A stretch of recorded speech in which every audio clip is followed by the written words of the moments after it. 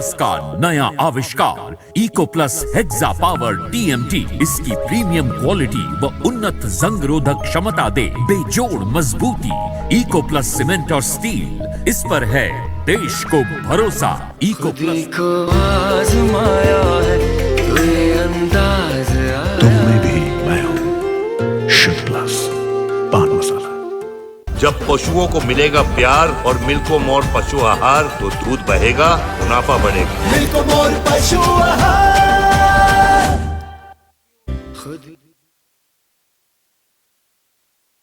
और आपको बताते चले कि आज तीसरा चरण चल रहा है और चुनाव में 9 जिले शामिल हैं और 59 सीटों पर विधानसभा चुनाव चल रहा है और जिसको लेकर कई जगह से ईवीएम बंद होने की भी तस्वीरें सामने निकल कर आई, जिसको लेकर लोगों ने हंगामा भी किया, लेकिन ईवीएम को भी सही कर लिया गया है।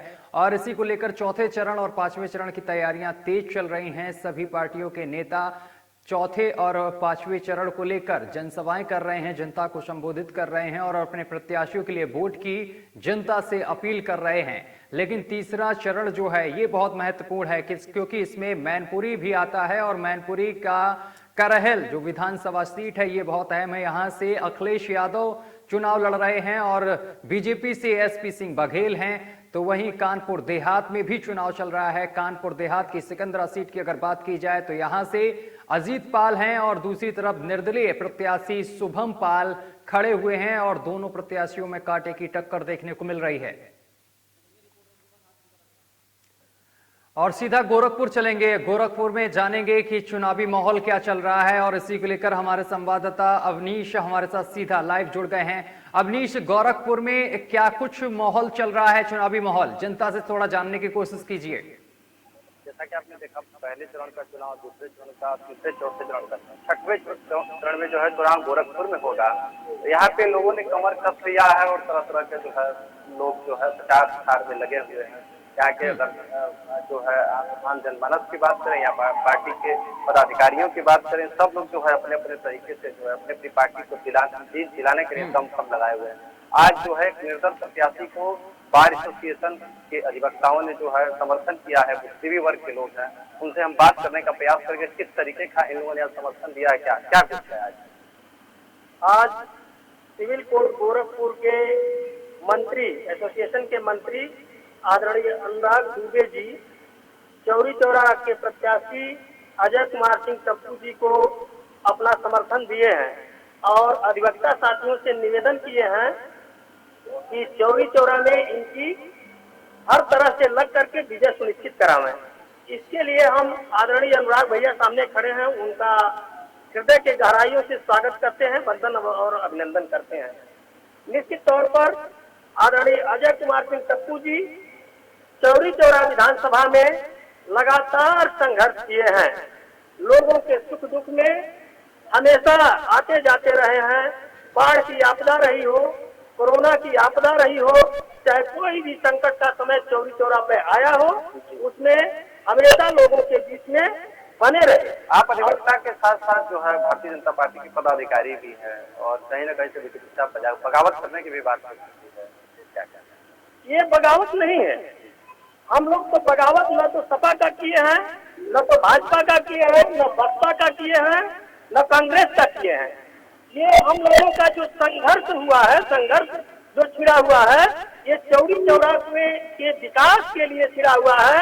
चौरी चौरे में केवल बाहरी लोग आएंगे और प्रतिनिधित्व करने के नाम पर चौरी चौरा विधानसभा के लोगों को ठग करके चले जाएंगे।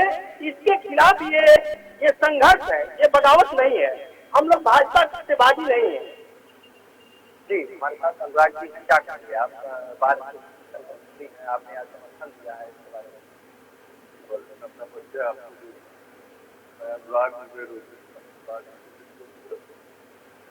इसी विधानसभा का मैं रहने वाला भी विधानसभा विगत 30 वर्षों से जो भी प्रत्याशी आए लगभग इधर पिछला प्रत्याशी भी बाहर का था और इस बार तो लगभग सभी दलों ने अपने विधानसभा में संघर्ष करने वाले किसी भी प्रत्याशी पर किसी भी पार्टी में दाव नहीं, सभी लोगों ने आयातित और बाहरी प्रत्याशियों से दाव लगाया।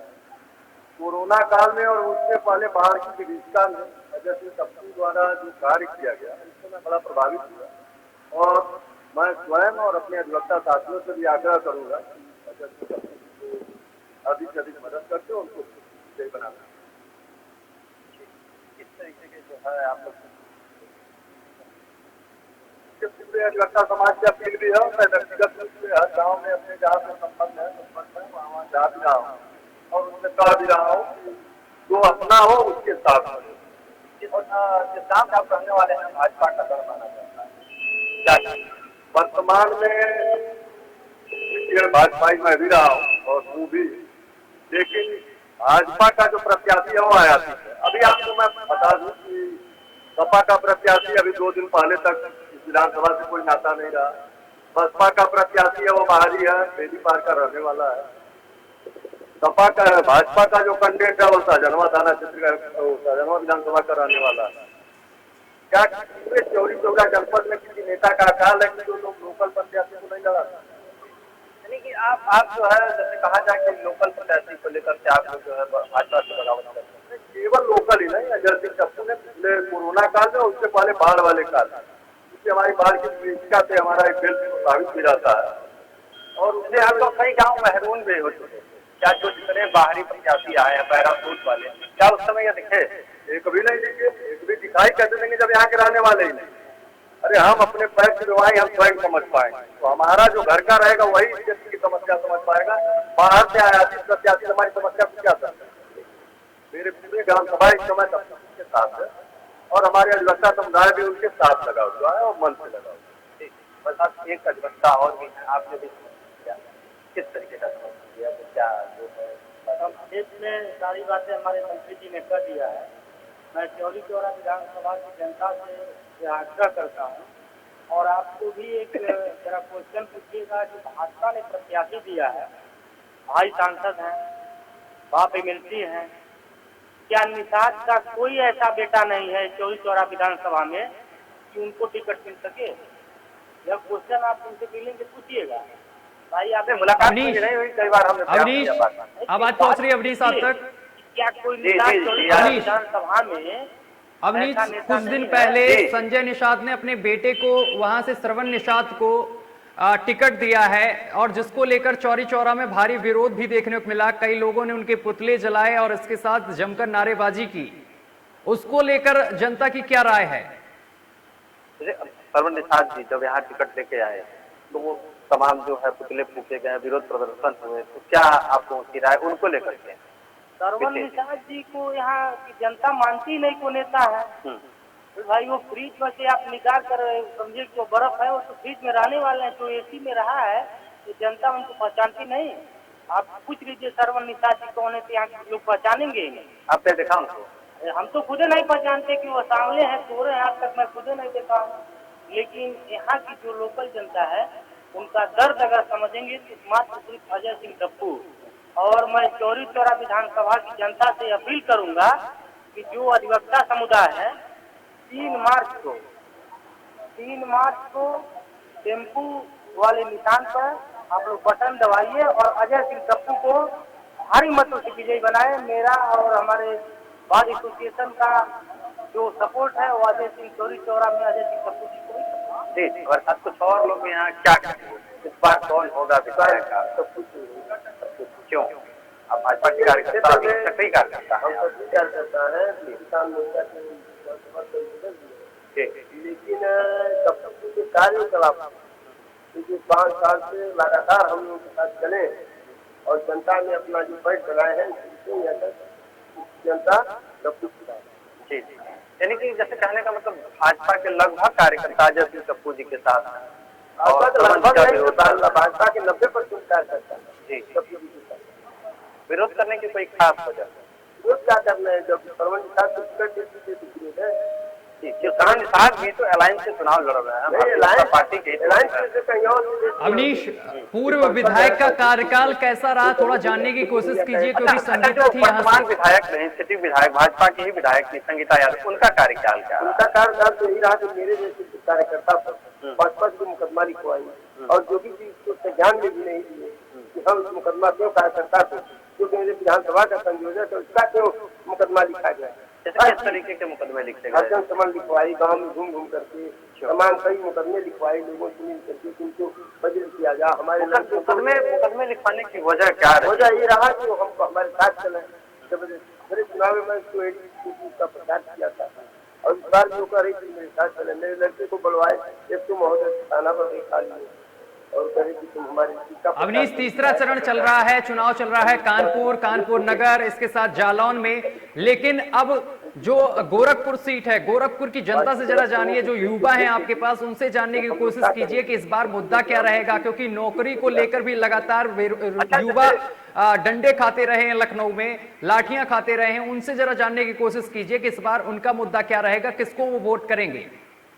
अच्छा, जैसे जब पिछली बार अभी जो सरकार रही तो तमाम नेता डंडे खाए, लाठियां खाई, तमाम युवक बेरोजगार घूमे, इस बार क्या मुद्दा होगा? क्या रोजगार चाहिए? चौरी चौरा की जनता को एक विश्वास था कि भारतीय जनता पार्टी की सरकार बनेगी और चौरी चौरा में भी रोजगार का साधन होगा। यही सरदार नगर स्टेडियम में गृह मंत्री अमित शाह अपने जनसभा में कहा था कि अगर भारतीय जनता पार्टी की सरकार बन रही है तो सरदार नगर चीनी मिल को चलाने का काम किया जाएगा। निश्चित रूप से सरदार नगर चीनी मिल चले तो रोजगार भी होगा, किसानों का भी सम्मान होगा, उनके गन्ने का, उनके व्यवस्था का सारा। जैसे उन्होंने खुले मन से कहा था कि सरैया सुगल मिल चलाई जाएगी, मिल से धुएं निकलेंगे, लेकिन मिल से धुआं नहीं निकला, किसानों का धुआं जरूर निकलेगा। इसके बारे में क्या कहें? बाहरी विधायक जो प्रत्याशी थी वो भी आयाती थी, बाहरी प्रत्याशी थी, इस क्षेत्र से कोई उसको लगाव नहीं था। इस नाते वो कहे मंच से और कहे उनका भाषण, चुनावी भाषण ही रह गया। ठीक है अवनीश, जिस तरीके से सीएम योगी आदित्यनाथ जी का गढ़ कहा जाता है गोरखपुर, क्या यहाँ पर समाजवादी पार्टी सेंध मार पाएगी? जरा जानने की कोशिश कीजिए लोगों से। जैसे आपने कहा कि भारतीय जनता पार्टी की सरकार रही, रोजगार समझा गया था, क्या इस बार बीजेपी की सरकार बनेगी या अखिलेश यादव? किसके बारे में? सरकार तो किसी का बना, लेकिन चौरी चौरा में जनता की सरकार बनेगी। आज चौरी चौरा की जनता जाग चुकी है कि अब हम न दल के नाम पर न नाम के नाम पर हम वोट नहीं करने वाले हैं। जो जनसेवक होगा हम वहाँ ऐसे नेता को अपना नेता नहीं मानेंगे। जो जनसेवा कर रहा है उसी को अपना जनसेवक के रूप में विधायक का चुनाव करेंगे। इसी नाते अजय सिंह टप्पू ने लगातार एक चीज और है, जैसे लोग कहते हैं कि संजय निषाद जी परिवारवाद की राजनीति, निश्चित रूप से भारतीय जनता पार्टी के लोगों से मेरा ये आग्रह है कि आप लोग अखिलेश यादव को परिवारवाद का परिभाषा देते हैं तो निश्चित रूप से इससे बड़ा कोई परिवारवाद करने वाला नहीं है। भारतीय जनता पार्टी के सिंबल से उनका एक बड़ा लड़का सांसद है, वो स्वयं भारतीय जनता पार्टी के विधायकों के द्वारा एमएलसी है, स्वयं उनका दूसरा बेटा विधायक। समय की कमी है इसलिए आगे हम इस चर्चा को नहीं बढ़ा सकते, क्योंकि उत्तर प्रदेश के माफ करिए कई जिलों में अभी चुनाव चल रहा है, उसकी अपडेट भी दिखानी है। तो आपको बताते चले तीसरे चरण का चुनाव लगातार चल रहा है और जिसको लेकर कानपुर देहात, कानपुर नगर, जालौन सहित कई जिलों में वोटिंग चल रही है। और सबसे मैनपुरी जो सीट है, मैनपुरी जिला है, इसमें करहल जो सीट है वो बहुत महत्वपूर्ण है, क्योंकि यहां से अखिलेश यादव करहल सीट से खड़े हैं और एसपी सिंह बघेल भी बीजेपी से खड़े हैं और कांटे की टक्कर बताई जा रही है। फिलहाल मेरे साथ अभी के लिए बस इतना ही। देश दुनिया की तमाम खबरें देखने के लिए देखते रहिए लोकमंच न्यूज।